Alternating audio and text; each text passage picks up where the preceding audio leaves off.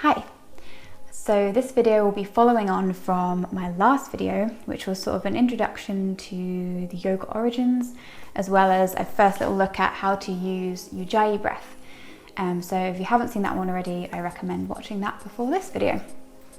This video is going to be a walkthrough of the sun salutations. You might have heard people calling their yoga classes a vinyasa flow. And I want to explain what that means and then kind of show you how it works. So vinyasa, it means flow. It's a way of practicing yoga where all your movements are kind of fluid instead of separate poses, which some people prefer, where you sort of get into one pose, you hold it, you get out of it, you get into the next pose. A lot of people, their preference is to do a vinyasa, which means their movements become one. Sun salutations are used as a vinyasa to connect a lot of movements. Sun salutation is a really core part of yoga practice. You don't have to do them every time you do yoga, but it's something that was traditionally used in the morning to just kind of worship the sun. So I will be walking you through and showing you how you can connect different poses and keep that flow throughout your practice. So our sun salutations start in Tadasana pose, which is our mountain pose. So let's come to the front of our mat. We want to place our toes together and our heels slightly apart so that the edges of your feet are parallel to the edges of the mat.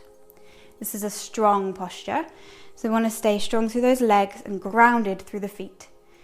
And then we're going to push the pelvis slightly in, stay powerful through the core, and then the shoulders away from the ears, hands by your side, nice and strong.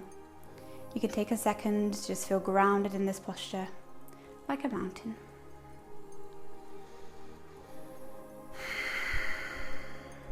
So sun salutation is all about harmonizing breath with movement.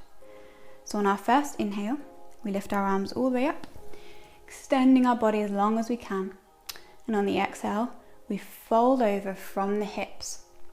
So we're not folding from our spine here. We're keeping a nice straight back. The heart is open, shoulders away from the ears. We're folding from the hips. You can have bent legs if you need. And it doesn't matter if your forward fold only comes to about here.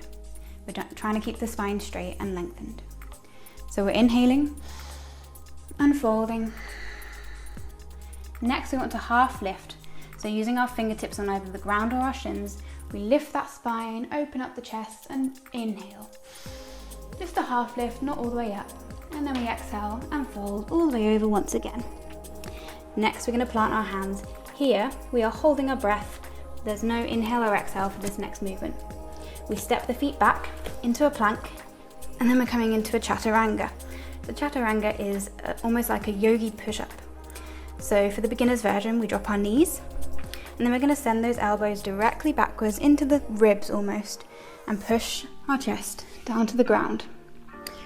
For the full version, we keep those knees lifted.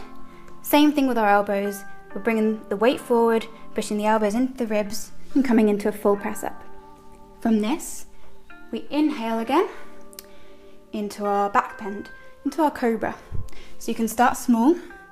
We can come into a full cobra here, opening up the chest and drawing the shoulders away from the ears. After this, we exhale. So we're coming over the knees, sending the hips high into our down dog on the exhale. If this is your first down dog of your practice, it might feel stiff. So I recommend pedaling out through the feet, trying to loosen all your muscles. It might feel like an uncomfortable position to start with, but the longer you do yoga, the more it'll feel like a resting pose.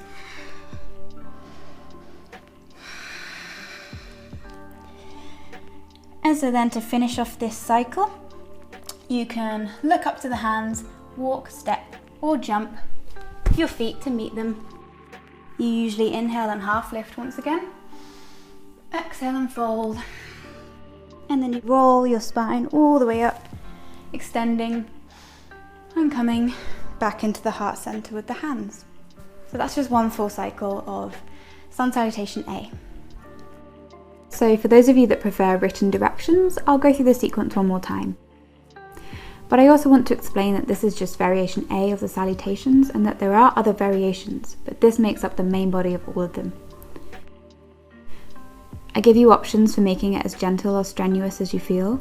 It really depends on your physical ability or the energy levels you have that day, so just listen to how your body is feeling. For example, for getting back to plank, you have the option to step back one leg at a time through a lunge, or just to walk or jump back. You can incorporate this cycle into your regular flow, or you can just do it alone as its own form of exercise. But what I love most about them is that they give me the option to keep my body moving while I change poses or decide what to do next. In particular, down dog is a great foundation for this. You can get into pretty much any other pose from down dog, and I'll show you some examples of getting from down dog to standing, sitting, kneeling, or into some other stretches and back bends.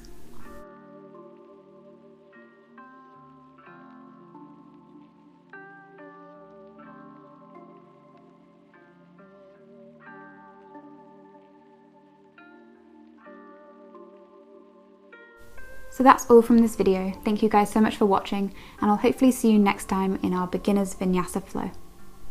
Bye!